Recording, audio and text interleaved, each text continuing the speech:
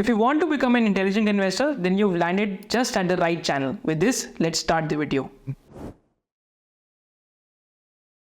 कि जब हम रूरल इकोनॉमी की कॉम्पोजिशन का बात करते हैं, तो जब हम टू व्हीलर सेक्टर की इंडिया में बात करते हैं, तो nearly 50% of sales for two wheeler companies come from the rural economy. That is one example. Nearly 35% of sales for FMCG companies come from rural economy. Entirely जो domestic agro formulators हैं, that is purely dependent upon the rural economy. Nearly 60 to 70% of lending for microfinance comes from rural economy. जो हम small business loans की बात करते हैं, जो small ticket size loans हैं, that also is basically majorly in tier 3, tier 4 cities and also rural economy. Finally, जब हम affordable housing sector की बात करते हैं, that is purely dependent upon tier 3, tier 4 cities and rural economy. So this is the impact that a reviving rural economy can have on multiple sectors which are involved along with it. इसके अलावा हम stats देखते हैं, तो अगर हम इस बार जो इस बार जनरल इलेक्शंस हुए थे, उसके बाद भी हम एक ट्रेंड देखते हैं. तो जनरल इलेक्शंस पे क्या हुआ, तो जो भारतीय जनता पार्टी है, यहाँ पे रूरल एरियाज़ में उनका जो वोट शेयर है, इट बेसिकली डिप्ड. तो रूरल इंडिया में उनका वोट शेयर एक टाइम में 39.5% था 2019 में.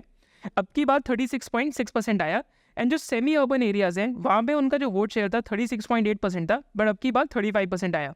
Whereas जो अर्बन वोट्स हैं, वहाँ पे भारतीय जनता पार्टी का जो वोट शेयर है, डैट इंक्रीज टू 40.1%.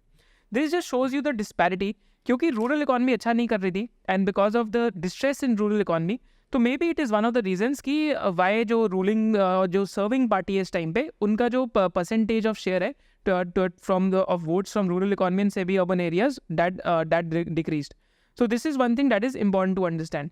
फिर फाइनली हम देखते हैं, तो after coming to power again, तो जो रूलिंग पार्टी है, उन्होंने आते ही क्या दो पॉलिसीज़ पास करी है. तो पहली जो यहाँ पे इस टाइम पे स्कीम है जो सर्विंग पार्टी ने निकाली है, that is the PM Kisan Nidhi programme. तो it is an older scheme that basically guarantees income generation for basically farmers.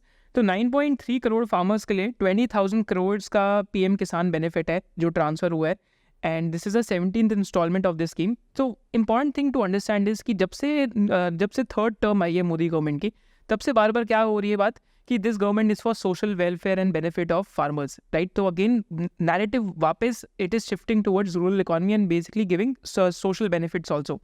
Secondly, एक और स्कीम जो पास हुई है, डैट इज़ जो पुरानी स्कीम ही थी, which is a continuation of it, that is PM Awas Yojana, जिसमें total 4.21 crore houses have been completed for basically जो पुअर फैमिलीज इसके एलिजिबल है ओवर द लास्ट 10 years.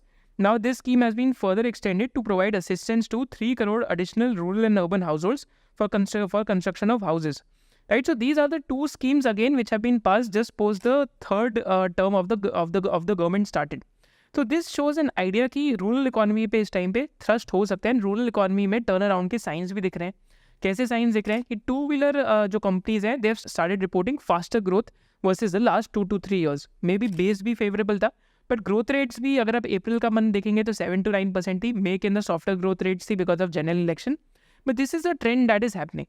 तो जब हम पूरा ये ट्रेंड समझ रहे हैं रूरल इकॉनमी का, तो हम ये समझते हैं कि इस ट्रेंड में या इस पूरे के पूरे थीम के अंदर कौन कौन सी कंपनीज और कौन कौन सी इंडस्ट्रीज इसमें बेनिफिशरीज हैं. तो पहले तो हम यहाँ पे डिस्कशन करते हैं यहाँ पे कैसी कैसी companies are the major beneficiaries. तो यहाँ पे एक एग्रोकेमिकल कंपनीज हैं. These are domestic agro formulator companies, जो आपकी कंपनीज होगी like Dhanuka Agritech, insecticides India. Then rural economy facing crop protection companies like your Godrej Agrovet, right? Animal feed companies like Godrej Agrovet. These are the part of the agrochemical landscape जो यहाँ पे आती हैं.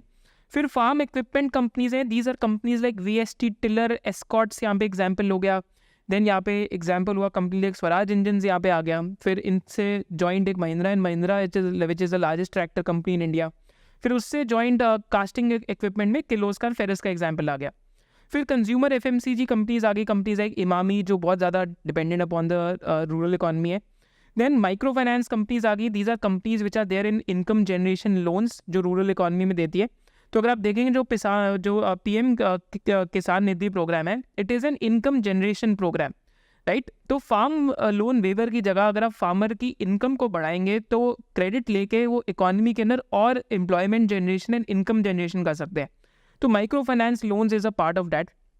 Then जो affordable housing scheme जो government ने pass करी है, डैट इज़ PM आवास योजना का एक्सटेंशन करा है. That is over there also affordable housing companies हैं which will likely benefit. Then micro finance के साथ साथ जो स्मॉल बिजनेस लोन्स हैं जो रूरल इकॉनमी के अंदर हैं या Tier 3 Tier 4 सिटीज़ के अंदर है, दे शुड ऑल्सो बेनिफिट। तो स्मॉल बिजनेस लोन्स क्या होते हैं? दीज आर लोन्स जहाँ पे टिकट साइज सिर्फ 3 to 5 लाख रुपीज़ का होता है। तो it is very opex heavy loans, but यहाँ पे there are specialised companies which are operating into it, चाहे वो चोलामंडलम हो, एक्विटास स्मॉल फाइनेंस बैंक हो, 5 स्टार बिजनेस हो। So these are companies which basically specialise into small business loans. Then there are 2 wheeler companies which will benefit. तो हमें वो volumes के अंदर दिख ही रहे हैं, TVS, हीरो, बजाज ऑटो, आप तीनों देखेंगे आज ऑल टाइम हाई पे चल रहे हैं और ऑल टाइम हाई मल्टीपल्स भी चल रहे हैं। बट यहाँ पे 2 व्हीलर ऑटो बैंक्स आज भी कुछ इग्नोर्ड है, तो हम उनका डिस्कशन करेंगे। एंड फाइनली फिर पंप्स के अंदर कंपनीज हैं, कुछ कंपनीज सोलर पंप्स के अंदर है, कुछ कंपनीज वाटर पंप्स के अंदर है। These are also basically beneficiaries of basically revival in rural economy. So if you loved this video and you had a differentiated business insight, then do subscribe to this channel, and you can also follow our main channel of SOIC. Thank you so much for watching it.